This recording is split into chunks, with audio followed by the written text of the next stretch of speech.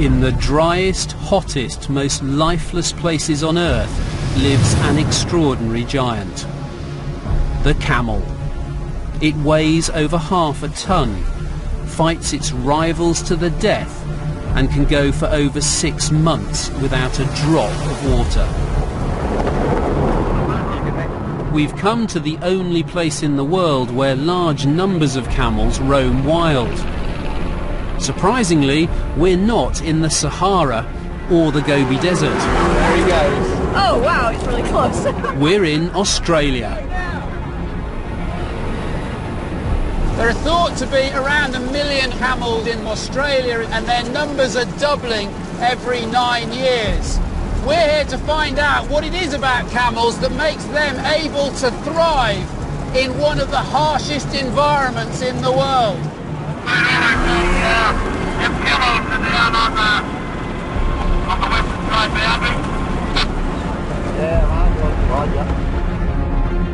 We're going to uncover how the camel can survive the desert heat, drink 1/3 of its body weight in one go, cool its brain with its nose, and how it got its hump.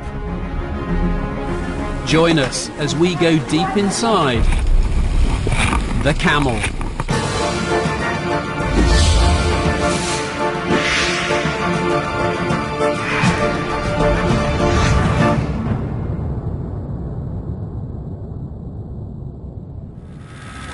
Here he comes! Okay, Here he comes, here he comes!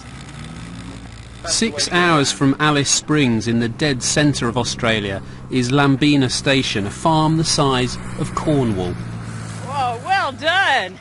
Alan Fennell runs the station and he's not happy with all the camels on his land.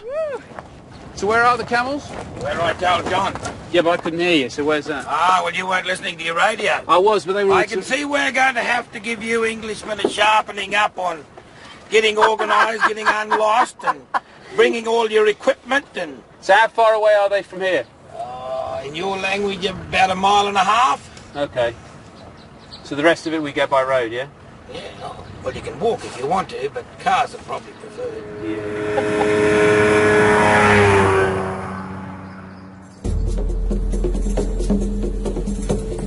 You might wonder where all these camels came from in the first place. In fact, Australia is a land built on the backs of camels.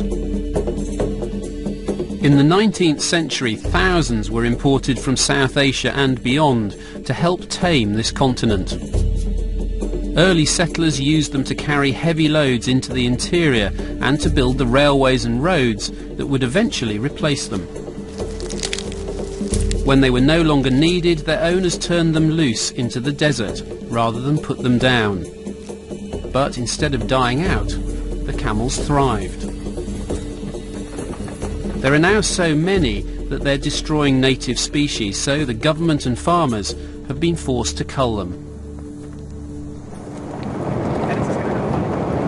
We're now pretty close. There's about 6 of them in a small group, about 1/4 mile ahead. So we're just easing our way up to them. So the last thing we want to do now is to spook them. John Crombie is a marksman Alan's brought in to ensure each kill is clean. He has to shoot hundreds of camels a year.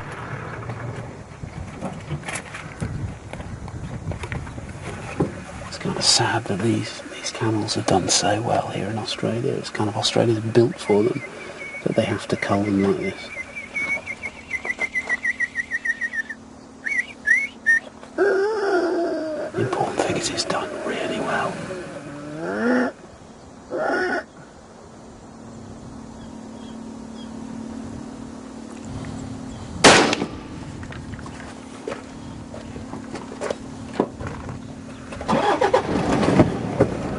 He must have got it right, it went down right away. Guy's gone down straight away. That was a great shot.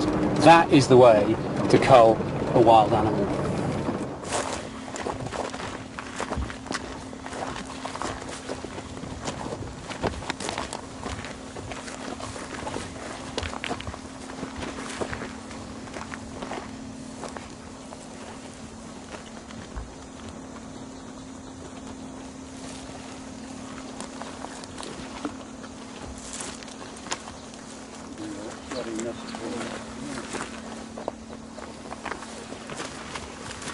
You got him just behind me, and you came through the back. Shape the brain box, mate. So touch his eye, see if he's alive. Yeah, no, he's not. No, he's right here. You just touch him like that, if he doesn't blink. Yeah, no, he's gone. You got bullet hole there? Yeah. He's definitely gone. Camels are an invasive introduced species in Australia. They don't belong in Australia. And when a species is introduced to virgin territory where there are no parasites that are used to it, where there are no predators that are used to it, the population can explode. It can run wildfire. This happened with rabbits in Australia, notoriously. When you do introduce species, you run the risk of driving indigenous animals extinct.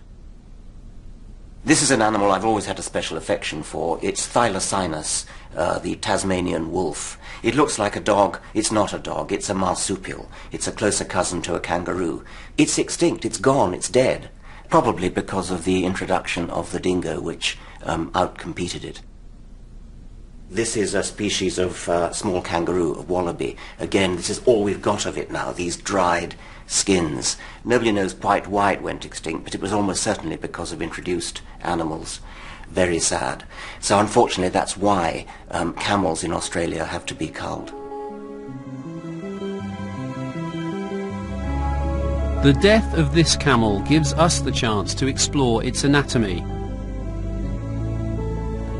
84-year-old camel expert Jeff Mainfield will be our guide. He set up a camel research centre for the Crown Prince of Abu Dhabi and knows this animal inside out. Comparative anatomist Joy Reidenberg studies life at the extremes, but she's never dissected a camel before. I worked in Australia during my veterinary training and know only too well how quickly the temperature will rise. We're going to have to work fast. And I'll get that leg in. That's very good. Okay. Excellent. Right. Right.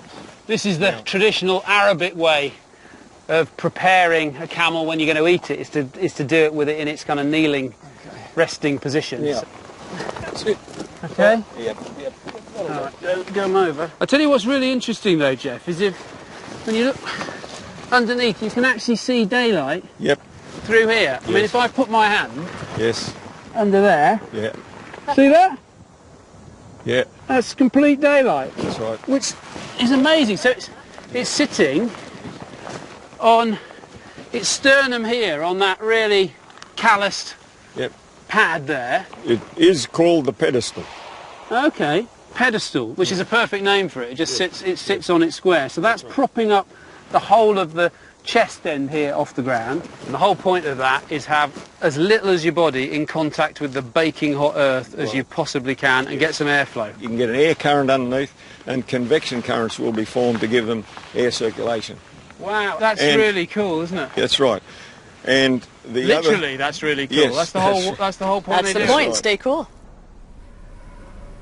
Camels have a reputation for being rather odd animals. It's been said that they were designed by a committee. I mean, this is very unfair. Camels are actually beautifully adapted to desert life. They also have a reputation for being contrary, bad-tempered animals. Kipling has a poem about all the various animals that served in the Indian Army, and the camel poem goes, "We haven't a camelty tune of our own to help us trollop along. But every neck is a hair trombone, rat-a-ta-ta, a hair trombone, and this is our marching song. Can't, don't, shan't, won't, pass it along the line. Somebody's pack has slipped from his back, wish it were only mine." And it goes on like that, giving the idea of the camel as being a difficult, contrary sort of animal. The camel is beautifully, not designed, but adapted by natural selection to survive in very, very dry conditions. Unusually for the outback, it's not that